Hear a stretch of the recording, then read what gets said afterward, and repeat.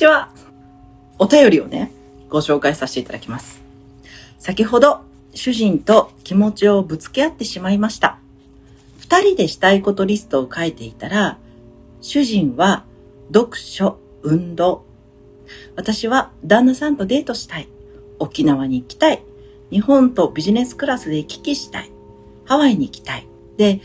ご主人にね、私の目標は私が主役でない他人があっての願望ばかりだよって言われましたって。私の願望は他人にしてくれるのを求めてばかりいると。例えば俺とデートをしたいっていうのは仕事を休んでほしいと聞こえて苦しくなると言われました。子供がいて週末は預け先がないので。当事者意識の願望じゃない？どんなことも制限なく望みつつ、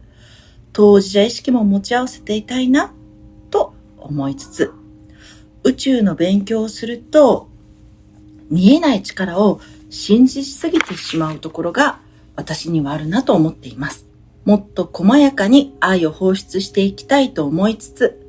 願望と当事者意識の関係についていつかカノンさんのお話を聞けたらなと思っています。またこれがチャンスと思い過去の配信も見てみようと思っていますというお便りでした。これあるんじゃない？自分の願望を書いているときに必ず他人が関わってくるから他人の世界は想像できないって分かっているんだけど、じゃあ他人が関わっている自分の願望ってどこまで書けばいいんだろう、書いていいんだろうみたいなことってあるじゃない？で、これ私も結婚当初旦那さんと二人でやりたいことのリストって実際に書いたことがあるんですよ。でね、これさすごい、これも私の考えだし、みんながそれを受けてどう考えるのかとか、どのルールを採用するのかっていうのは全部自由だから、ワンオブゼムのやり方と思って聞いてもらえればすごく嬉しいんだけど、私の場合、例えば数年前にね、書いていた本当に叶えたいなっていうリストがさ、その中に例えば家族4人でハワイに行きたいなとかさ、家族揃ってハワイって行ったことがなかった時、4人でハワイに行きたいなとか、お家のテラスでシャンパン飲みながらホームパーティーしたいなとかさ、っていうのを書いてたの。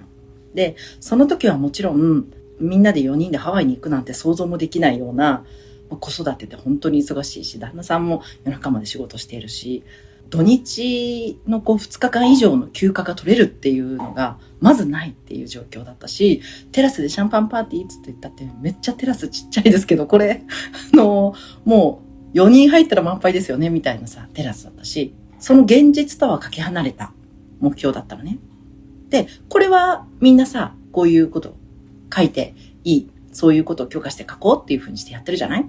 で、私この自分の今のエネルギーと、今例えば80というエネルギーだとする。その自分が書いているエネルギーが、例えば1万エネルギーぐらいの状態の願望を書いてるなっていう認識があるわけ。今の器が80だとしたら、1万ぐらいの器の話を書いているっていう認識がある。器っていうのはエネルギーのことね。愛の創出量のことね。で、まだ80のエネルギーしか今出せていない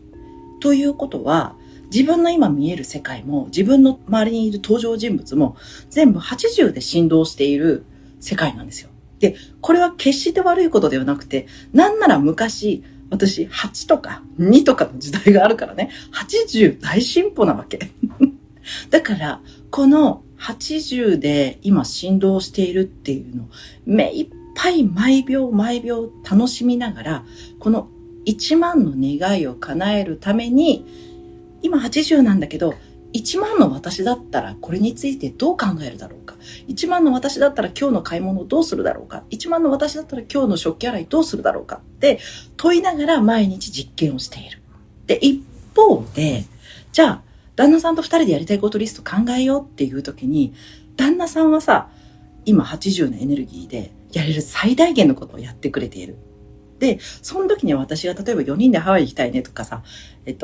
ラスでシャンパンパーティーしたいねとかっていうのを出してもいいんだけど、その時私の感覚ではこれは彼にプレッシャーになるなと思ったの。それはなぜならこの80のエネルギーでそれを聞くと、それをやるのは自分だっていう感覚になるから。でもこれが私が1万のエネルギーになった時に彼も1万のエネルギーになっていて、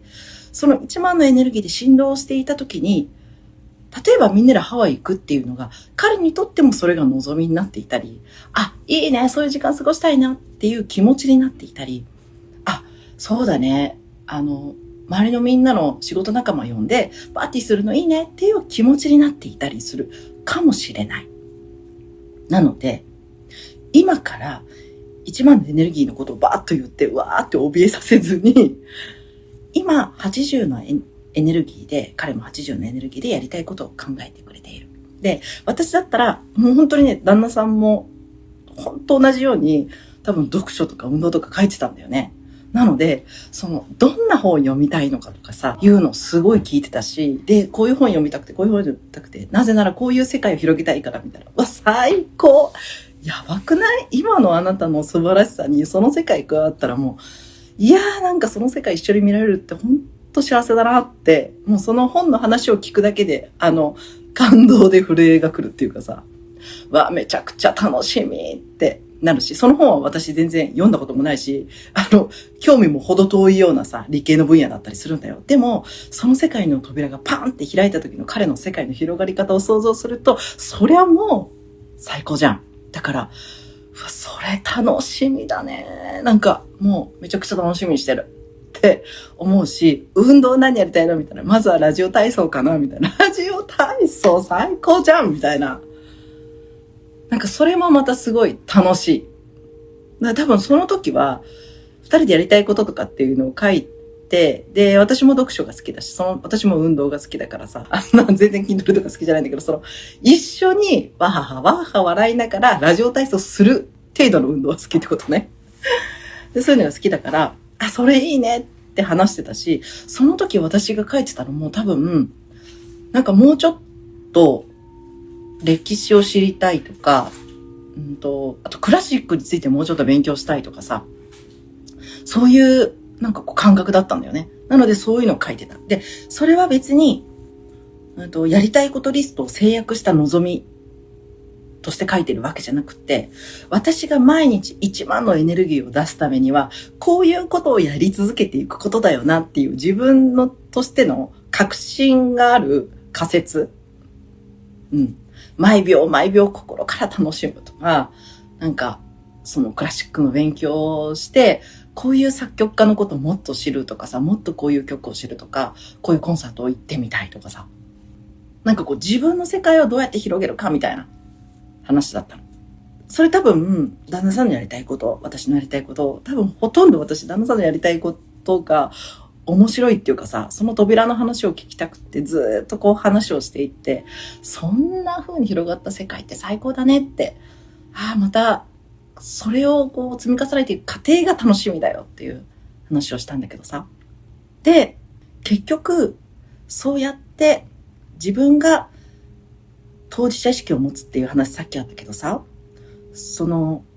際限なく望むことと当事者意識を持つことっていうのはどうバランスするのかっていうか、どう成立するのかっていう私なりの答えで言えば、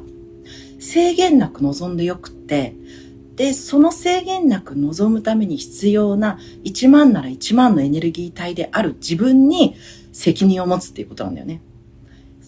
この状態が1万のエネルギーで実現するって自分の中で思ってるんだったら、自分が毎日1万のエネルギーを発信する、そのエネルギー体であるということに心底責任を持っていくっていう。で、そこに誰かに機嫌を取ってほしいとか、誰かにこういう風に言ってもらって、なんかいい気分になりたいっていう、その横島な心を毎秒捨てていくっていう。